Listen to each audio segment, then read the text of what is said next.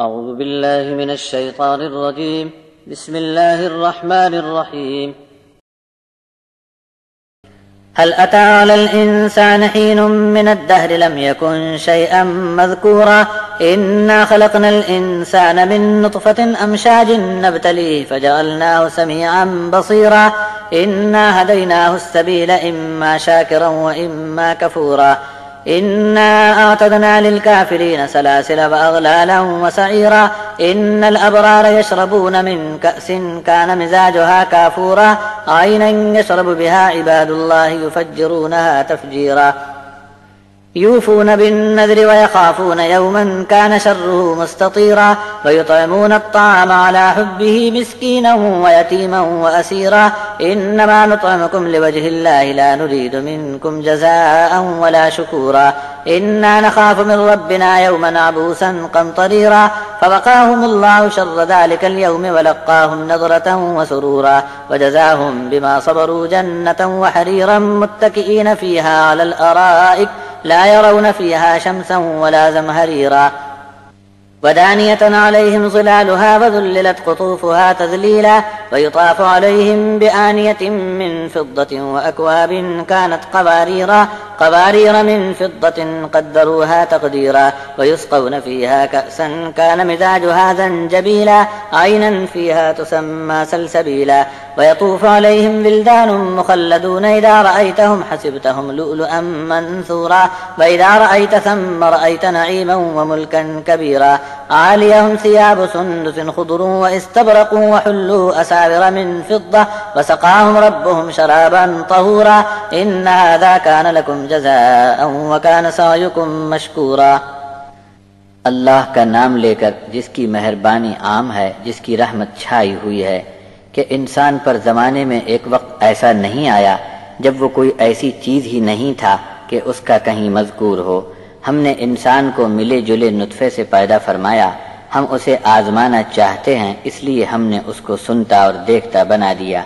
انسان کے لیے ہم نے راستے کی ہدایت میں آزادی رکھی. اب وہ چاہے شکر کی راہ پکڑے یا کفر کی. کفر کی راہ پکڑنے والوں کے لیے ہم نے زنجیریں، گلے کے طوق اور بھڑکتی آگ تیار کر رکھی ہے. بے شک نیک لوگ جنت میں ایسے جام پیتے ہوں گے جس میں کافور کی خوشبودار لذت ملی ہوگی.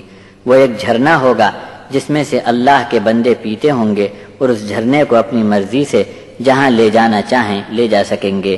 وہ دنیا میں اللہ کے لیے اپنی نظر منت پوری کرتے تھے اور اس دن کے آنے کا ان کو خوف لگا رہتا تھا جس کی سختی پھیل پڑے گی.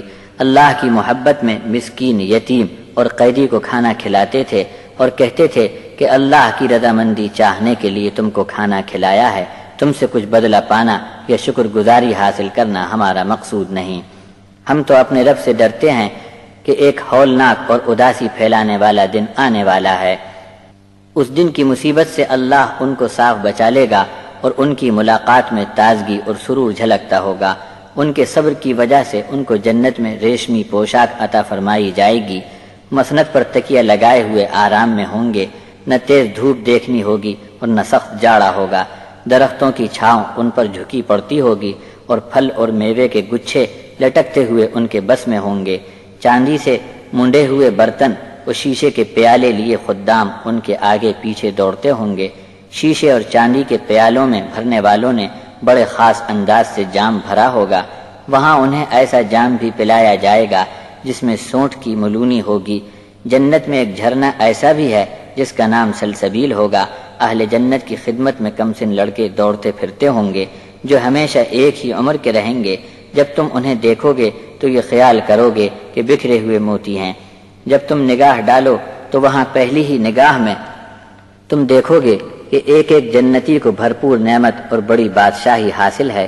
ان کے بدن پر اوپر کی پوشاک جھلملاتے ریشم کے سبز کپڑے اور اطلس کے بھی ہوں گے اور انہیں چاندی کے کنگن پہنائے جائیں گے اور ان کا رب انہیں ایسا جام پلائے گا کہ ان کے دل کو دھو کر پاک کر دے گا.